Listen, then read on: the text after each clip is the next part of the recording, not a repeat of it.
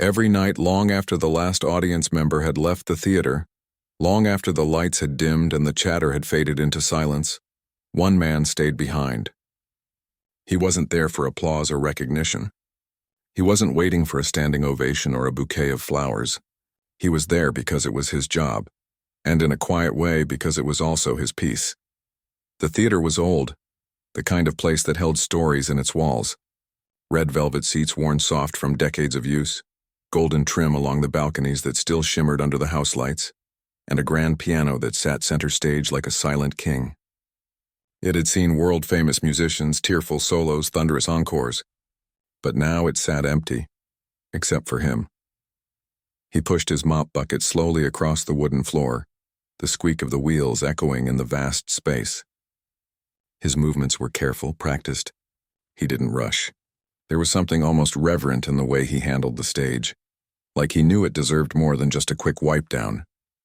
He picked up stray programs, straightened the music stands, and gently dusted the piano's glossy surface with a soft cloth he kept folded in his back pocket. He'd done this for years. Not because he loved cleaning, though he didn't mind it, but because it paid the bills. And right now paying the bills was everything. Life hadn't always been like this. There was a time when his days were filled with scales and arpeggios, with sheet music spread across every surface of his tiny apartment, with the kind of focus that made hours disappear like minutes. He'd studied piano seriously once, really studied it. Not just playing for fun, but the kind of training that demanded your whole self, your hands, your mind, your heart. He'd practiced until his fingers ached, until the neighbors complained, until his teacher nodded with something close to pride. But life has a way of rerouting even the clearest paths. A few years ago, everything changed. One phone call, one hospital room, one silence that never quite left. After that, the piano stopped being a dream and started being a luxury he couldn't afford, literally and emotionally. Rent, groceries, school supplies, doctor visits, those became the new music in his life. The piano at home gathered dust. The sheet music got packed away in a box labeled later, and later never came. Now he worked nights. Days were for his kids, two bright-eyed children who still believed the world was mostly kind. He made their lunches, helped with homework, read bedtime stories in voices that made them giggle. He never let them see how tired he was, never let them hear the worry in his voice when he thought they were asleep. To them he was just dad, steady, warm, always there. He never told them about the piano. Not because he was ashamed, but because it felt like another life, like talking about a place he used to live but could never go back to. Sometimes when they asked about his past, he'd smile and say, "I used to play a little," and leave it at that. They'd nod, satisfied, and go back to their cartoons or their drawings. And he'd go back to folding laundry or checking the calendar for soccer practice. Back at the theater, his routine was the same every night. Sweep the aisles, wipe the railings, empty the trash. But the stage, especially the stage, he treated differently. He'd run his hand along the edge of the piano lid before closing it, like saying goodnight. He knew every nick in the wood, every key that stuck slightly in the humidity. He'd even learned how to do minor tuning adjustments, just enough to keep it sounding decent between professional visits. The stagehands teased him gently about it. "You treat that piano better than your own car," one would say, and he'd just chuckle and keep working. He didn't mind the teasing. It was part of the rhythm of the place. The theater crew was a small, tight-knit group, mostly night owls and misfits who found comfort in the quiet hours. They knew his story in fragments, that he was raising kids alone, that he never complained, that he showed up early and stayed late without being asked. They respected him for it, but none of them knew the full truth, that the man mopping the floor had once played concertos that made people cry. He never brought it up. Not out of shame, but out of a quiet understanding that some things don't need to be said. Some talents don't need an audience. Sometimes just knowing you still have it inside you is enough. Still, there were moments, small, stolen moments, when the past would brush against the present.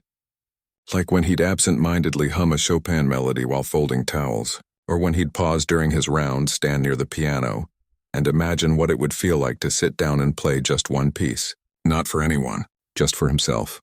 Just to remember, but he never did. Not in all these years. Too much time had passed. Too much life had happened.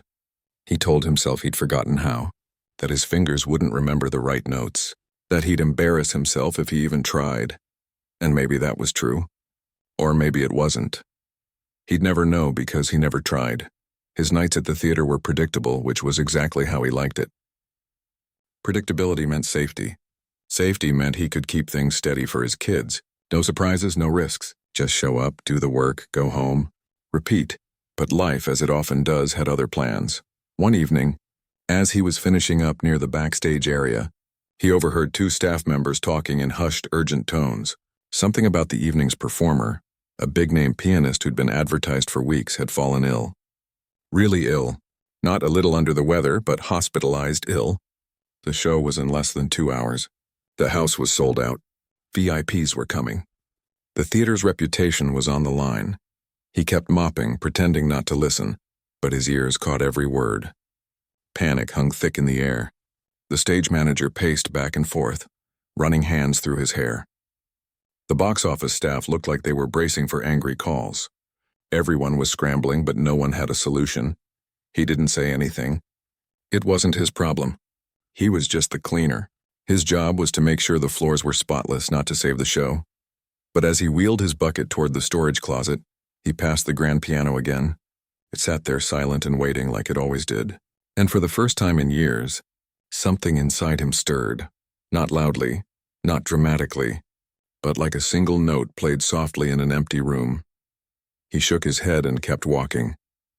Later that night, as he locked up the supply room, the theater's artistic director, a woman with sharp eyes and a no-nonsense walk, approached him. She'd seen him around for years but had never really spoken to him beyond a polite good evening. Now she looked tired, desperate. "Hey," she said, her voice lower than usual. You know that piano, right?" He blinked.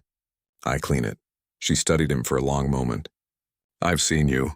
You check the pedals. You wipe the keys like you're handling something precious. You even adjust the bench height without being asked."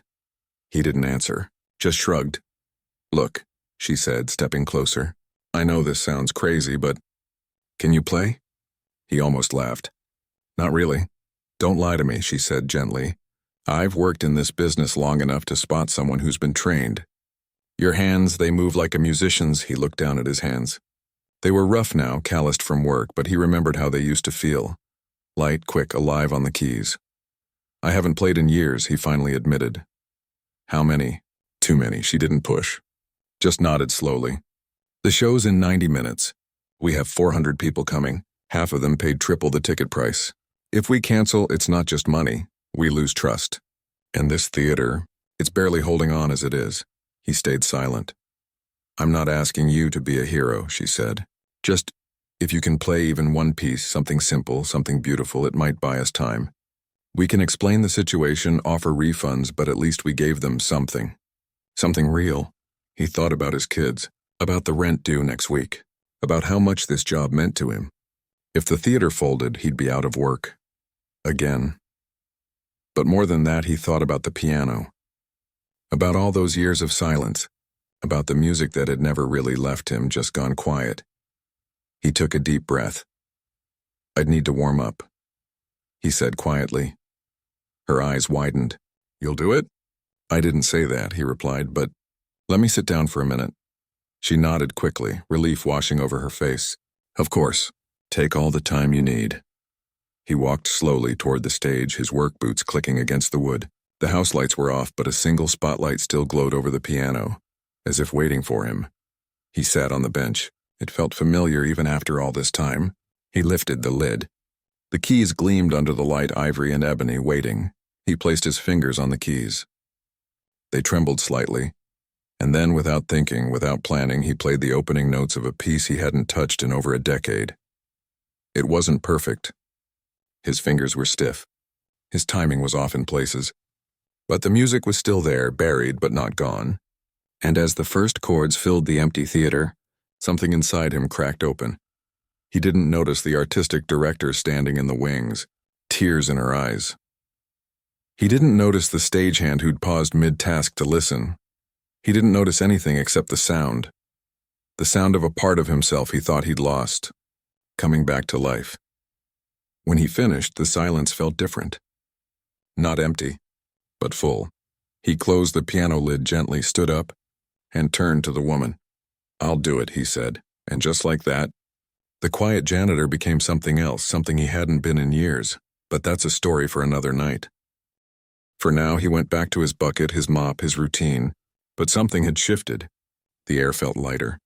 The theater seemed to hum with a new kind of energy, and for the first time in a long time, he didn't feel like he was just passing through life. He felt like he was part of it again. The theater buzzed with a different kind of energy that night, nervous, frantic, but also strangely hopeful. Backstage, people moved like ants in a disturbed nest, voices low but urgent, eyes darting toward the stage every few seconds. The usual calm of the evening cleanup had vanished. In its place was a quiet storm of last-minute decisions, whispered phone calls, and the kind of tension that made your shoulders stiff without you even noticing. He stood near the piano, arms crossed, trying to look calm. Inside, his stomach twisted like a wrung-out rag. He'd said yes, just like that. No grand speech, no dramatic pause, just two words that now echoed in his head like a metronome ticking too fast. "I'll do it." He hadn't slept much since that moment the night before. After leaving the theater, he'd gone home, kissed his kids goodnight, checked their homework, made sure their lunches were packed. All the normal things. But his mind wasn't normal. It raced. What was he thinking? He hadn't performed in front of anyone in over a decade, not even his own children.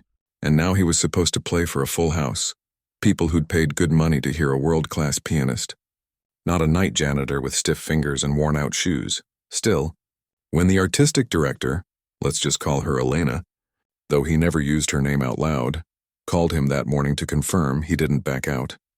He couldn't. Not just because the theater needed him, but because something deep inside had woken up. And once awake, it refused to be ignored. Now, as the clock ticked closer to showtime, Elena approached him again. She looked exhausted but determined, her hair pulled back, a clipboard clutched in one hand like a lifeline. "We're going to keep it simple," she said, voice steady. "You'll play one piece, maybe two if it feels right. We'll announce that the original performer is unwell, but that we have a special guest stepping in. No pressure, just be you." He nodded, but his throat felt dry. "What if they boo?" She gave him a small, tired smile. "Then they're not the kind of people who belong in this theater anyway." That almost made him laugh.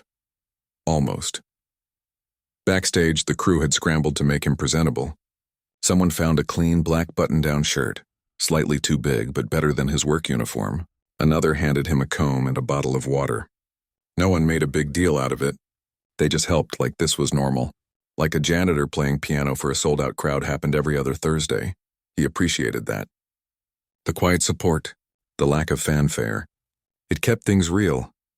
As he changed shirts in a cramped dressing room that smelled faintly of old perfume and dust, he caught his reflection in the mirror.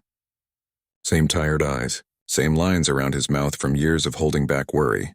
But something else was there too. Something he hadn't seen in a long time. A flicker. Not confidence exactly, more like readiness. He took a deep breath and stepped back into the hallway. Out front, the audience was starting to arrive. He could hear the murmur through the heavy velvet curtains. Laughter, the rustle of programs, the clink of ice in glasses from the lobby bar. Normal sounds, happy sounds. People coming to be moved, to escape, to feel something beautiful for an hour or two. And now somehow that was his job.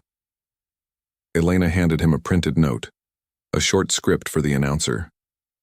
She'd written it herself. Due to unforeseen illness, tonight's featured artist is unable to perform. However, we are honored to present a special performance by a longtime friend of this theater. She'd left his name blank. "You can decide if you want to use it," she said. "Or not." He stared at the paper. A longtime friend of this theater. That was true in a way. He'd spent more nights here than most performers. He knew the creak in the third stair, the draft near the east wing, the exact spot where the stage light flickered if you tapped the fixture just right. This place had been his refuge, his second home. Even when he was just sweeping floors, maybe that counted for something. An hour before showtime, he sat at the piano again, this time under brighter lights, with a technician checking the sound levels. His fingers hovered over the keys.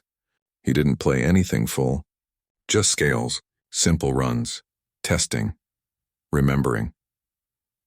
At first, his hands felt clumsy like they belonged to someone else, but slowly muscle memory returned.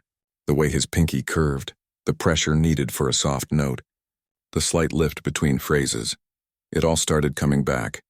Like riding a bike after years away, a young stagehand, no older than 20, lingered nearby pretending to adjust a cable. After a few minutes, he cleared his throat. "That Chopin piece you played last night? My grandma used to play that. She passed last year. Hearing it again, it hit me." He looked up, surprised. "You liked it?" "Liked it?" The kid shook his head. Man, it felt like she was in the room. He didn't know what to say to that. So he just nodded and played a few more notes, gentler this time. That small exchange stayed with him. It reminded him that music wasn't about perfection. It was about connection, about saying something words couldn't. As the minutes ticked down, Elena gathered the staff for a quick huddle. "No matter what happens out there," she said, looking at him last, "you've already done more than anyone expected. Thank you." He swallowed hard. "I'm just trying not to mess it up." "You won't," she said simply, "because you're not doing this for fame. You're doing it because it's the right thing, and that always shows." The house lights dimmed. The murmur outside grew quieter, then stopped. The announcer's voice came over the speakers, calm, respectful, explaining the situation. There was a ripple of disappointment, then polite applause. People were understanding. They always were when you were honest with them. Then came the part he'd been dreading. "Please welcome a special guest performer." Silence. He stepped out from the wings. The spotlight hit him like a physical thing, warm, bright, blinding. For a second he couldn't see the audience, just darkness beyond the first few rows. But he could feel them. Hundreds of eyes, hundreds of expectations. His legs felt like lead. His palms were slick with sweat. He walked to the piano, sat down, adjusted the bench, took a breath, and then he began. He chose the same piece from the night before, the Chopin Nocturne. Not because it was flashy, but because it was honest. It carried longing, tenderness, a kind of quiet strength. It felt like his life in melody. The first few notes were shaky. He heard it himself, a slight hesitation, a touch too soft. But then something shifted. His shoulders relaxed. His breathing slowed. The music took over. He wasn't thinking about the audience anymore, or the theater, or even his kids waiting at home. He was just in it, in the flow of the notes, the rise and fall of the phrases, the spaces between the sounds. It was like slipping into a familiar coat after years of wearing someone else's clothes. Backstage, Elena stood just out of sight, arms crossed, eyes closed. She wasn't watching. She was listening. And what she heard made her press a hand to her mouth. In the third row, an older woman who'd come alone clutched her program like a lifeline. Her husband had loved Chopin. He'd been gone 5 years. She hadn't listened to piano music since. But now, tears streamed down her cheeks, not from sadness, but from the strange relief of feeling something beautiful again. Near the back, a music student from the local college sat forward, eyes wide. He'd come to study the headliner's technique. Instead, he was witnessing something raw, unpolished, but deeply human. He scribbled notes in his journal. Not perfect, but true. On stage, the performer didn't notice any of this. He was lost in the music, in the memory of his teacher's voice saying, "Play like you mean it or don't play at all." He'd forgotten that for a long time. But now he remembered. The piece built to its gentle climax, then softened again like a sigh. When the final note faded into silence, the theater held its breath. Then applause, not thunderous at first. Just a few people clapping, then more. Then a wave of sound that grew louder and louder until it filled the room like a warm tide. People stood. Not all of them, but enough to make his chest ache. He bowed quickly, eyes down, heart pounding. He didn't know what to do with this kind of attention. It felt foreign, almost uncomfortable. But as he walked off stage, Elena was there, tears in her eyes. "You were amazing," she whispered. He shook his head. "I missed a few notes." "Nobody cared," she said. "They felt it. That's all that matters." Back in the wings, the crew gathered around, not to praise him, but to thank him. The lighting tech clapped him on the shoulder. The box office manager handed him a bottle of water with a nod. Even the security guard, usually gruff and silent, gave a small salute. He didn't feel like a star. He felt like himself, just a man who'd done a small thing that turned out to be bigger than he expected.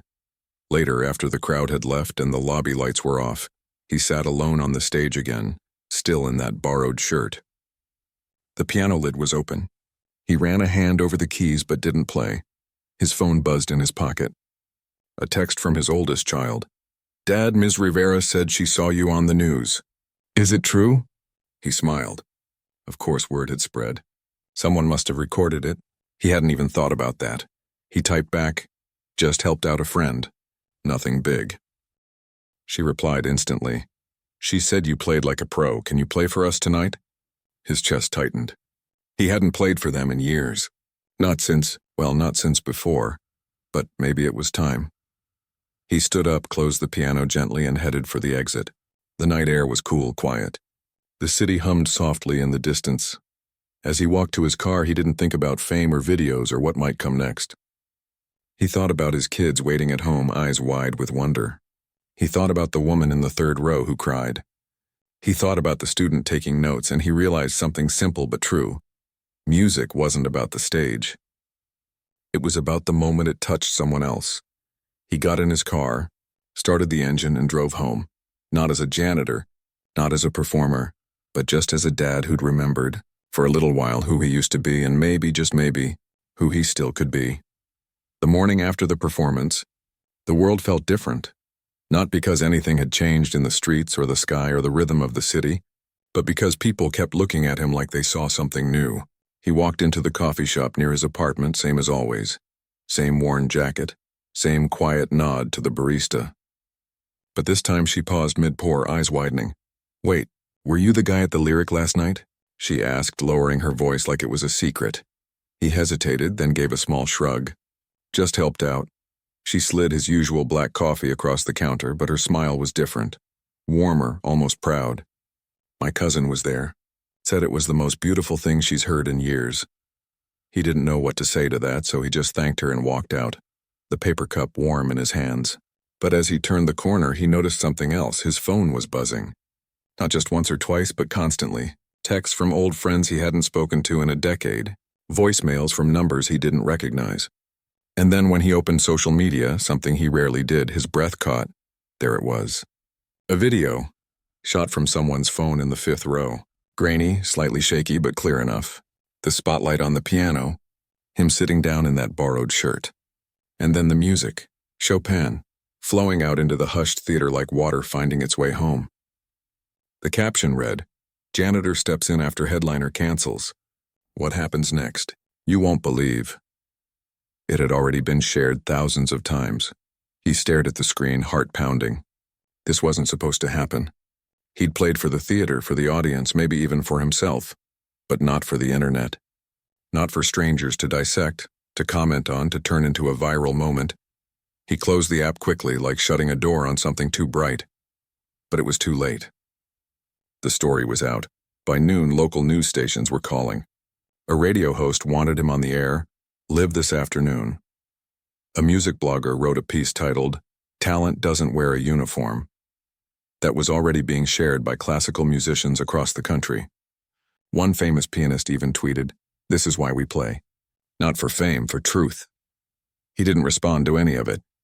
He went to work like normal, picked up his kids from school, checked their homework, made dinner. But the air at home felt charged. His youngest kept staring at him like he'd grown a second head. "Dad?" she finally asked over mashed potatoes. "Are you famous now?" He laughed softly. "No, sweetheart. I'm still just me. But you played piano like in the movies." He reached across the table and squeezed her hand. "Music's always been part of me. I just forgot to share it for a while." She nodded like that made perfect sense. Later that night, after they were asleep, he sat at the old upright piano in the corner of their living room, the one he hadn't touched in years. Dust coated the keys. The middle C was slightly out of tune, but he lifted the fallboard anyway, sat down, and placed his fingers where they used to live. He didn't play Chopin, not yet. Instead, he played a simple lullaby, one he used to hum when his kids were babies. His fingers stumbled at first, unused to this particular keyboard, but the melody came through soft and steady, and for the first time in a long time, the house didn't feel quiet. It felt full. The next day, he returned to the theater, not as a performer, but as the janitor. Same uniform, same mop bucket, but everything had shifted. The stagehands greeted him with new respect, not because he was famous, but because they'd seen something real in him. The box office staff smiled wider. Even the security guard, who rarely spoke to anyone, gave a quiet, "Good to see you, man." Elena met him near the backstage door. She looked tired but calm. "People are calling," she said. "Agents, producers. A documentary team wants to film a short piece. There's talk of a benefit concert, your name at the top of the bill." He shook his head. "I can't just quit my job, my kids." "I know," she said gently. "No one's asking you to. But you've opened a door. Maybe it's okay to peek through." He didn't answer right away. He looked past her toward the stage. The piano sat there, silent again, waiting. "What if I'm not good enough for all that?" he asked quietly. "You were good enough last night," she said. "And not because of technique or training. Because you played like you meant it, like it mattered. That's rare." He thought about that all afternoon as he cleaned. He thought about the woman who cried in the third row, the student taking notes, his daughter's wide eyes. Music wasn't just notes on a page, it was a bridge. And maybe, just maybe, he could help build a few more of those. That evening, he made a decision. He called Elena back. "I'll do one more performance," he said, "but only if it's for something real." She didn't ask what he meant. She already knew. They planned it quickly. A small benefit concert 2 weeks out. All proceeds would go to a local program that gave free music lessons to kids who couldn't afford them. The same kind of program that had once given him a chance when he was young and poor and full of dreams. He wouldn't take a dime, not for himself. News of the concert spread fast. Tickets sold out in under an hour. People weren't just coming to hear piano. They were coming to witness something honest in a world that often felt fake. The night of the benefit, the theater felt different, warmer, more alive. Not because of the lights or the decorations, but because of the people. Families with kids clutching tiny violins. Teachers who'd scraped together money for tickets. Elderly couples holding hands, remembering their own first concerts. He walked on stage in the same black shirt from before, still slightly too big, but now it felt like part of his story. He didn't speak. Just sat, took a breath, and began. This time he played more than one piece. He started with Bach, clean, precise grounding, then moved to Debussy, all water and light. And finally he returned to Chopin, but a different nocturne this time, one filled with both sorrow and hope. But the real magic happened during the last piece. Halfway through he paused, looked out at the audience, then turned slightly and gestured toward the wings. From the side, a group of children walked on stage. 10 of them, ages 6 to 12, all students from the very program the concert was supporting. They carried violins, a cello, a flute, even a small keyboard. Nervous but beaming. He'd rehearsed with them just twice. They weren't perfect. One little girl missed her entrance. A boy's bow squeaked on the strings. But they played anyway, simple harmonies woven around his piano, tentative but brave. The audience didn't laugh. They leaned forward. Some wiped their eyes, because this wasn't about flawless performance. It was about courage, about passing something precious from one hand to the next. When the final note ended, the silence lasted longer than usual. Then came the applause, not just clapping, but stomping, whistling, some people openly crying. Not for him, for the kids, for the idea that beauty could still grow in unlikely places. Afterward, backstage was chaos, but the good kind. Parents hugging their children, volunteers handing out programs. Elena stood in the corner, arms crossed, watching it all with a quiet smile. He found her later near the loading dock, where the night air was cool and quiet. "You did it," she said. "I didn't do much," he replied. "Just showed up. That's all anyone ever needs to do," she said. "Show up with your heart open." He nodded, looking out at the city lights. "I've spent so long thinking I had to choose between being a dad and being a musician, between practicality and passion. But maybe it's not either or. Maybe it's both," she smiled. "Welcome to the messy, beautiful middle." In the days that followed, offers kept coming. Record labels, TV interviews, invitations to perform at festivals. But he turned most of them down. Not out of fear, but clarity. He knew what mattered now. He kept his job at the theater, still mopped the floors, still wiped down the piano, but on weekends he started teaching. Free lessons at the community center open to any kid who showed up with curiosity and a willingness to try. He didn't call it piano class, he called it music time. No pressure, No auditions, just a room, some instruments, and the chance to make something beautiful together. His own kids joined, of course. His youngest now practiced scales every night before bed. His oldest wrote a school essay titled, "My Dad's Secret Superpower." He read it once and had to step outside to keep from crying. One afternoon, as he was cleaning the stage after a children's recital, a little boy, maybe 8 years old, lingered by the piano. He looked up at him with wide eyes. "Can I touch it?" the boy asked. "Sure," he said, stepping aside. The boy placed one finger on a key, pressed down. A single note rang out, clear and bright. He smiled. "That's a good start." The boy looked up. "Will you teach me?" He thought about it for a moment. Then he pulled up the bench beside him. "Sit here," he said. "Let's see what you've got." And as the boy's small hands fumbled over the keys, he didn't correct him right away. He just listened. Because sometimes the most important thing isn't playing perfectly, it's having someone who believes you're worth listening to. That night, as he locked up the theater, he paused one last time by the grand piano. He ran a hand over its smooth surface, not as a performer, not as a janitor, but as someone who finally understood. You don't have to leave your life behind to find your gift. Sometimes your gift is waiting right where you left it, covered in dust, but still ready to sing, and all it takes is one moment of courage to press the first key. The standing ovation didn't end when he walked off stage. It followed him, into the hallway, into the quiet corners of the theater, even into his dreams that night. He kept hearing it, the swell of clapping, the whistles, the raw, unfiltered sound of people moved by something real. It wasn't just noise. It was gratitude, and that was heavier than any spotlight. He didn't sleep much, not because he was excited, though a part of him was, but because his mind wouldn't stop turning over what had just happened. He'd played. Not just played, but connected. And in doing so, he'd opened a door he wasn't sure how to close, or if he even wanted to. By morning, the world outside his apartment had changed again, not in the way cities change, with new buildings or traffic, but in the way people looked at him. The bus driver nodded like they shared a secret. The woman at the grocery store paused her cart to say, "My daughter saw you online. She started practicing piano again because of you." Even the mail carrier, usually all business, handed him a letter with a quiet, "Keep doing what you're doing." He didn't feel like a hero. He felt like a man who'd finally stopped hiding. But with the attention came questions. Some kind, some curious, some that cut a little too close. Reporters called asking for interviews. "What's your backstory? How did it feel to go from janitor to star overnight?" He hated that phrase, overnight star, like it happened in a snap. Like he hadn't carried this music inside him for decades, like it hadn't been waiting. Patient and quiet through every late shift, every sleepless night, every time he chose rent over rehearsal.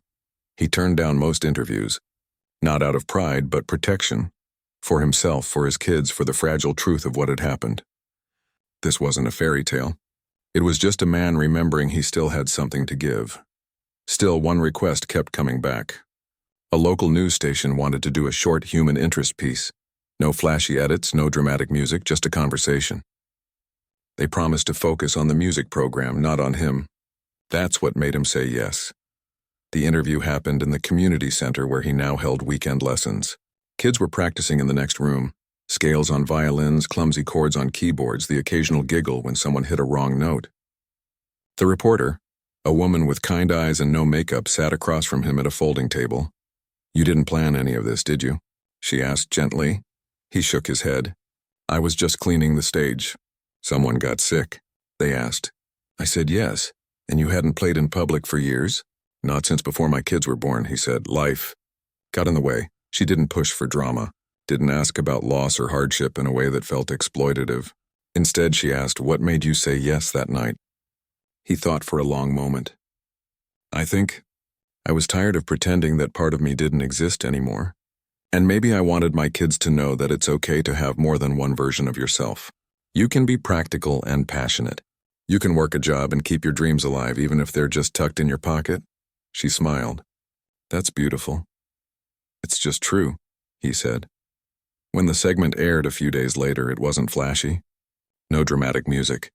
Just him, the piano, kids laughing in the background, and a message that spread faster than any viral clip. Music isn't for the perfect, it's for the willing.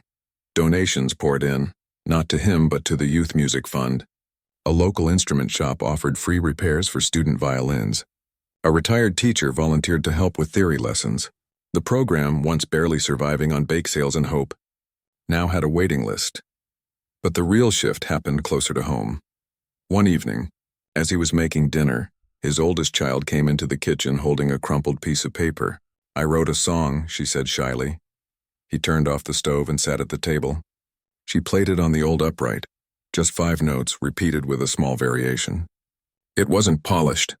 It wasn't even in time. But it was hers. And when she finished, she looked at him like she was waiting for judgment. Instead, he reached over and hugged her. "That's the most honest thing I've heard all week," he said. She beamed. From then on, the piano in their living room was never silent for long. Sometimes it was scales. Sometimes it was made-up songs about cats or rainstorms. Sometimes it was just one of them sitting quietly, pressing a single key over and over, lost in thought. The dust was gone. The out-of-tune C still needed fixing, but no one minded. It was being used. That was enough. Back at the theater, things settled into a new rhythm. He still cleaned, still mopped. But now sometimes a student from the program would come by during his shift to practice. He'd finish wiping the stage, then sit in the back row and listen. If they got stuck, he'd walk over, show them a fingering trick, or just say, "Try it slower. The music will wait for you." The stagehands didn't treat him differently, not really. They still joked with him, still asked him to grab extra trash bags. But there was a new layer of respect, unspoken but real. Like they understood now that everyone carries hidden depths, and you never know when someone's quiet gift might light up a whole room. Then came the letter. It arrived in a plain white envelope, no return address. Inside was a handwritten note on thick cream-colored paper. It read, "I was in the audience that night. I came because I love piano. I stayed because I needed to remember that beauty still exists in ordinary places. Thank you for reminding me. I've signed up to volunteer with the music program." A grateful listener, he read it 3 times, then tucked it into the pocket of his work shirt right over his heart. That small note meant more than any headline. Not everything was easy, though. Fame, even the quiet local kind, has shadows. A few people online questioned if it was real. "Too perfect to be true," one comment read. Another said, "Probably staged by the theater for publicity." He saw those comments once, then stopped looking. He knew the truth, and the people who mattered, the kids, the parents, the staff, they knew it too. One afternoon, while fixing a loose pedal on the grand piano, Elena found him backstage. "You okay?" she asked. He wiped his hands on a rag. "Yeah, just weird how fast things move now. 1 minute you're invisible. The next, everyone wants a piece of you." She leaned against the piano. "You're not invisible. You never were. People just weren't looking in the right places." He smiled faintly. "I just want to keep this real. No fancy contracts, no selling out, just helping kids find their voice. That's enough," she said. More than enough. And it was. A few weeks later, the theater announced a new initiative. Free monthly community concerts open to anyone. Students would perform. Local artists would share their work. And sometimes, if he felt like it, he'd play a piece or two. Not as the main act, but as part of the fabric of the evening. No fanfare, just music offered freely. The first of those concerts drew a crowd that spilled into the lobby. Not because of him, but because it felt like theirs. A place where you didn't need a degree or a fancy dress to belong. Where a wrong note wasn't failure, it was part of learning. That night, after everyone had left, he stayed late again. Not to clean, though he did that too, but to sit alone with the piano one more time. He played softly just for himself. A piece he'd written years ago, never shared. It had no name. Just a melody that carried all the things he couldn't say. Grief, hope, love, the weight of responsibility, the joy of small moments. When he finished, the theater was silent. But it didn't feel empty. It felt full. Of memory, of possibility, of all the people who'd sat in those seats and felt something true. He closed the lid gently, stood and grabbed his mop. As he wheeled the bucket toward the storage closet, he passed a poster for the next community concert. His name wasn't on it. Just the words, "Go music for everyone." And that, he thought, was exactly how it should be. He locked up the theater, walked out into the cool night air, and headed home. Not as a star, not as a janitor, but as a man who'd finally made peace with all the parts of himself. And somewhere in a dozen apartments across the city, kids were practicing piano, dreaming in notes, believing that maybe, just maybe, their quiet gift mattered too. That was the real standing ovation, the one that didn't end, the one that kept playing long after the last note faded. Life didn't change overnight, not really. There were no sudden riches, no move to a big house, no red carpets or flashing cameras waiting outside his door. What changed was quieter, deeper, the kind of shift you feel in your bones before you see it in your reflection. He still woke before sunrise, still packed school lunches, still mopped the same theater floors, bucket in hand, rag in pocket. But now when he walked through the halls, kids sometimes ran up to him, students from the weekend music program, and tugged his sleeve to show him a new song they'd learned. He'd stop, listen, and nod with the kind of attention that made them stand a little taller. That was the real difference. Not fame, not applause, but connection. The theater, once just a workplace, had become something else. A home for second chances. The community concerts grew, not because they were fancy, but because they felt honest. A retired teacher played folk songs on a slightly out-of-tune guitar. A teenager sang original lyrics about loneliness and hope. A group of seniors formed a ukulele circle, and sometimes he'd sit at the piano and play something simple, a lullaby, a hymn, a melody with no name, just to hold space for the others. He never took payment for these performances. Instead, he asked for something else, that anyone who felt moved donate an old instrument, a lesson, or even just an hour of their time to a kid who wanted to learn. The response surprised everyone. Violins appeared in the donation bin. A local college offered free theory workshops. A retired orchestra member started mentoring advanced students. What began as one man's quiet yes on a rainy night had grown into a whole ecosystem of generosity. At home, things felt lighter too. His kids didn't just see him as dad who works nights. They saw him as someone who carried music inside him, and that made them believe they could carry something special too. His youngest started writing little songs about her stuffed animals. His oldest joined the school choir and practiced harmonies in the shower. Dinner conversations now included questions like, "What's your favorite key signature?"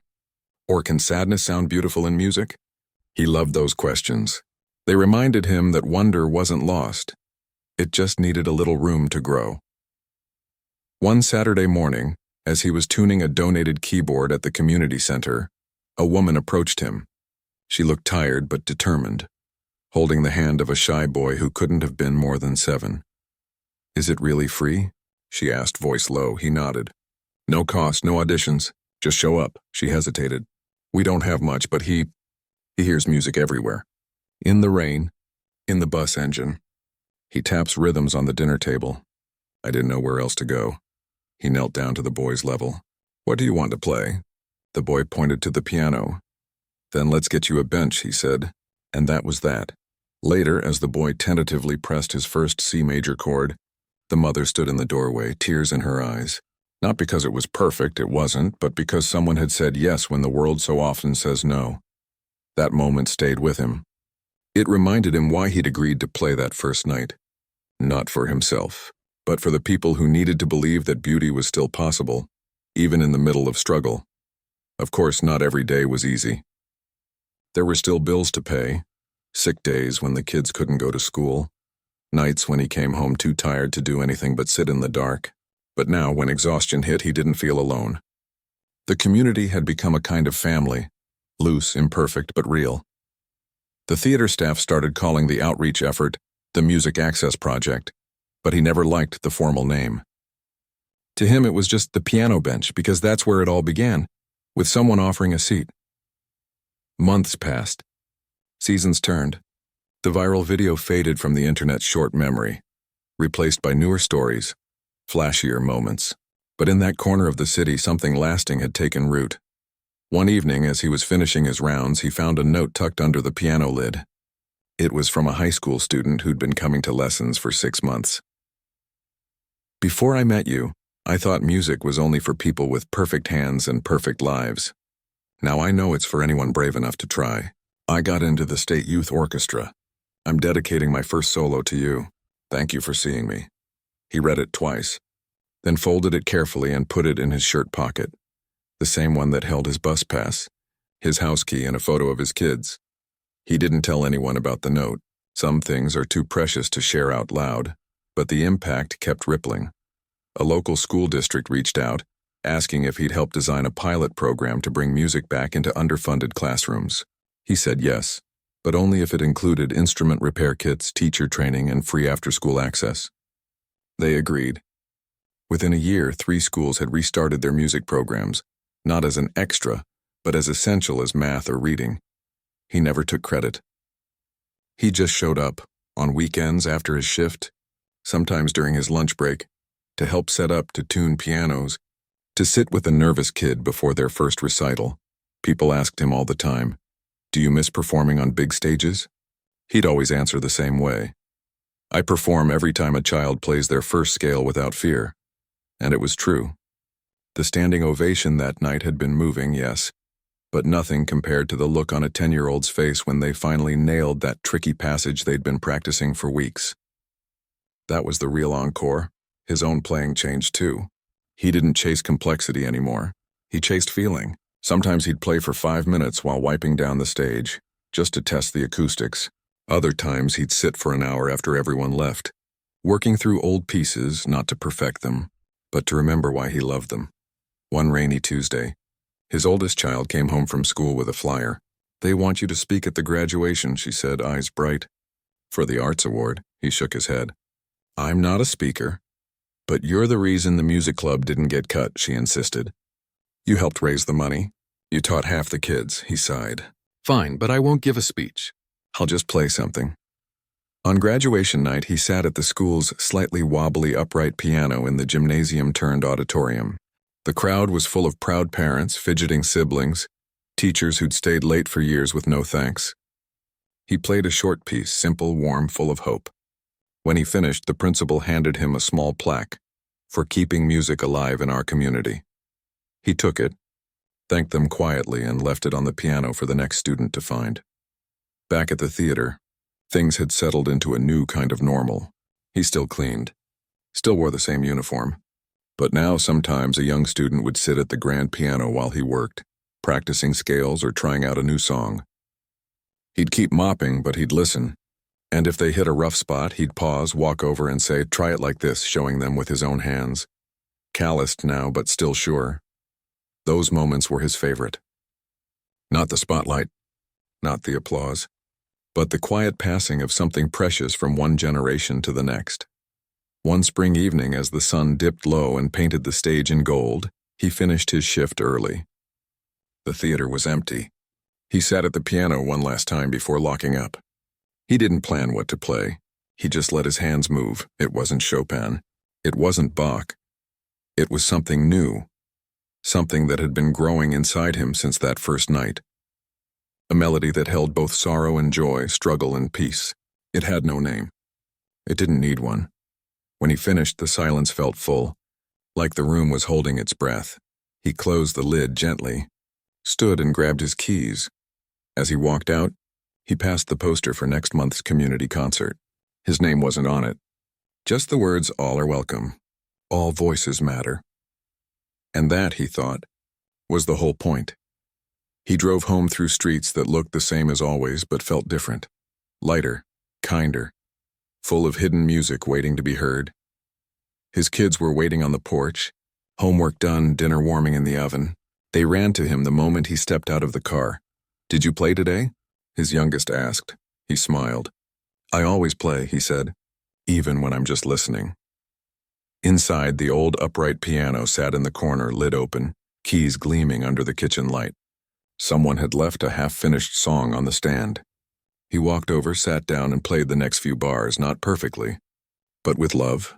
And in that ordinary living room, filled with the smell of soup and the sound of clumsy, hopeful notes, the music lived on, not because of one performance, not because of a viral moment, but because someone chose again and again to say yes, to show up, to share, to believe that even the quietest gift deserves to be heard. Years from now, people might forget the night a janitor played piano and stunned a theater, but the kids who learned to play because of him, they'll remember. And they'll pass it on. And that's how real change happens. Not with a bang, but with a single note played with courage in an empty room, waiting for someone to listen. He never planned for there to be a part 6. Life doesn't come with sequels. Most days, he still thought of that night on stage as a one-time thing, a fluke of timing, a moment of courage that slipped through the cracks of routine. But time has a way of proving us wrong, not with grand announcements or dramatic twists, but with small, steady echoes that keep returning like a melody you can't quite forget. A year had passed since the performance. The theater still stood, the piano still gleamed, and he still showed up with his mop and bucket. But something had shifted in the air, not just in the building, but in the neighborhood, in the way people moved through their days. Music wasn't just something you paid to hear anymore. It was something you made, shared, passed around like bread at a table. One rainy afternoon, as he was wiping down the lobby benches, a teenager walked in, hood up, shoulders hunched, eyes on the floor. He didn't look like he belonged, didn't look like he wanted to be there, but he stopped near the ticket booth and just stood listening. From the practice room down the hall, a student was playing a simple Beethoven sonatina, messy in places but full of heart. The teenager didn't move for 10 minutes. Then quietly he turned and left. The next day he came back. Same hoodie, same silence. This time he lingered near the community board, where flyers for free lessons, instrument donations, and open mic nights were pinned under yellowing tape. On the third day, he walked straight to the practice room door and knocked. He didn't say much when he stepped inside. Just, "I used to play. A long time ago." He'd been in juvie. Got out 6 months ago. No one believed he could change. Not his teachers, not his probation officer, not even his own family. But he remembered piano from when he was little, before everything went sideways. He hadn't touched a key in years. He didn't ask for a lesson. Just asked if he could sit in the room while someone else played. "Just to remember what it sounds like," he said. They let him. Weeks passed. He came every day. At first he just listened. Then he started humming along. Then, one evening when the room was empty, he sat at the keyboard and played 3 notes, soft, hesitant, like testing the water. No one scolded him. No one made him feel like he didn't belong. Eventually, he asked for help with his scales.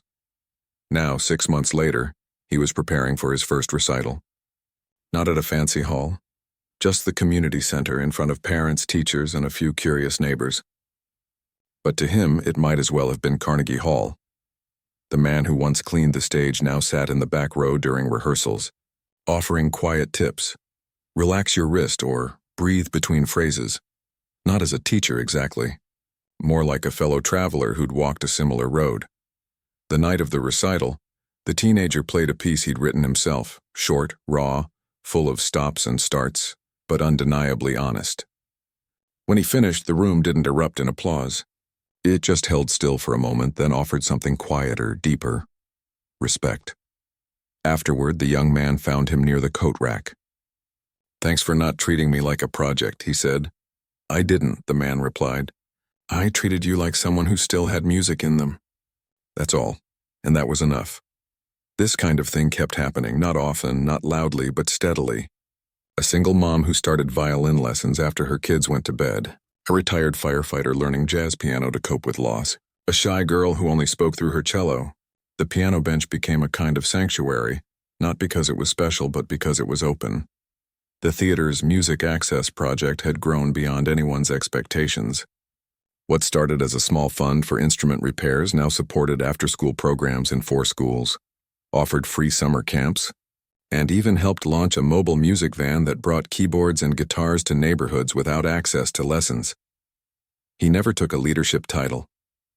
He just kept showing up on weekends after shifts, sometimes during his lunch break, to tune pianos, listen to nervous students, or sit with someone who just needed to play without being judged. People still asked him if he missed the spotlight. He always gave the same answer: the real light isn't on the stage. It's in someone's eyes when they finally believe they can do this. One Saturday morning, as he was helping set up for a youth showcase, a woman approached him. She looked familiar, but he couldn't place her. Then she smiled. "I was in the audience that first night," she said. "The one with the sold-out show. I came because I loved classical music. I stayed because I needed to feel something real." He nodded. That was a long time ago. Not that long, she said. And it changed me. I signed up to volunteer the next week. Now I teach music theory here every Tuesday. She paused, then added, My daughter's performing today. She's 8. She's terrified. He looked toward the stage where a small girl clutched a violin, knuckles white.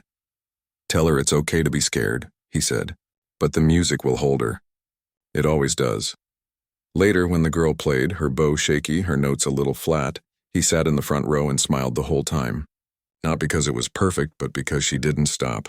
And that was the bravest thing of all. At home, life had settled into a new kind of rhythm. His kids were older now, more independent, more curious about the world. His oldest had started composing songs on her phone, layering piano tracks with lyrics about friendship and growing up. His youngest still left little compositions on the piano stand, scribbles that only she could read, but he played them anyway, turning her symbols into sound. One evening, over dinner, she asked, Dad, do you think everyone has music inside them? He thought for a moment.